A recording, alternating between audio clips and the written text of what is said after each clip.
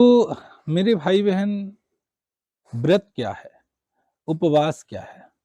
क्या अन्न का त्याग कर देना, अन्न ग्रहण न करना ही व्रत होता है, उपवास कहलाता है? नहीं मेरे भाई बहन, यह व्रत नहीं होता, यह उपवास नहीं होता। अरे अन्न ग्रहण ना करने से तो हमारा शरीर जर्जर हो जाता है, कमजोर हो जाता है, चलने की शक्ति सामर्थ्य क्षीण हो जाती है। तो फिर व्रत क्या है, उपवास क्या है?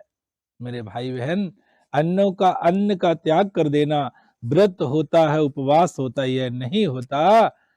परंतु यदि आपने अपने क्रोध का उपवास कर लिया है, अपने अहंकार का उपवास कर लिया है और आप अपने चुगली और जिद का उपवास कर लिया है, तो निश्चित तौर से आपका उपवास रहना सफल हो जाएगा, आपका व्रत रहना सार्थक हो जाएगा। लेकिन अन्न का ग्रहण ना करना उपवास नहीं होता। इसलिए आप सबसे कहना चाहता हूं कि यदि आप वास्तव में व्रत करना चाहते हैं, उपवास करना चाहते हैं, इसका फल पाना चाहते हैं, व्रत और उपवास का यदि आप लोग फल पाना चाहते हैं, तो आप लोग अपने विकारों का व्रत करें, अपने अहंकार का उपवास करें, तो निश्चित तौर से आप सबका जीवन सफल हो जाएगा।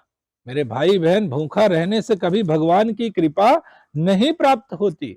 अगर भूखा रहने से भगवान की कृपा मिलती तो सबसे पहले उन रेलवे स्टेशनों में पड़े हुए जो भिखारी रहते हैं उनके ऊपर भगवान की कृपा होती, जो दूसरे या तीसरे दिन भोजन करते हैं।